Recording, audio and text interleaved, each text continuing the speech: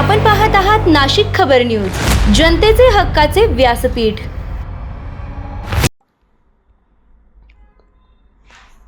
नाशिक सातपूर परिसरात घडलेल्या जबरी चोरीच्या गुन्ह्याचा उलगडा अवघ्या 24 तासात करत नाशिक क्राईम ब्रांच युनिट क्रमांक 2 ने 4 आरोपींना जेरबंद केले आहे। आरोपींकडून सुमारे 3,55,500 रुपयांचा मुद्देमाल पोलिसांनी जप्त केला आहे।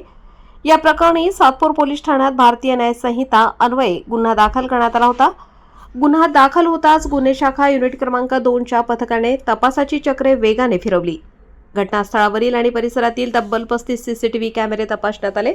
तपासादरम्यान एका चारचाकी वाहनातून आलेल्या 4 संशयितांनी एका व्यक्तीला मारहाण करून पळ काढल्याचे समोर आले। पोलिसांनी या वाहनाचा नंबर शोधून काढत आरोपींचा माग काढला। गोपनीय माहितीच्या आधारे अंबड लिंक रोड परिसरात सापळा रचून पोलिसांनी मारुती स्विफ्ट कारसह 4 संशयितांना ताब्यात घेतले। चौकशीत त्यांनी गुन्ह्याची कबुली दिली। अटक करण्यात आलेल्या आरोपींमध्ये नागेश्वर चिंतामण पालवे, आकाश चंद्रकांत जाधव, सुमित सुरेश नेटावटे आणि प्रकाश दशरथ तपासे यांचा समावेश आहे। आरोपींकडून रोख रक्कम, मोबाईल फोन आणि गुन्ह्यात वापरलेली स्विफ्ट कार असा एकूण 3,55,500 रुपयांचा मुद्देमाल जप्त करण्यात आला आहे।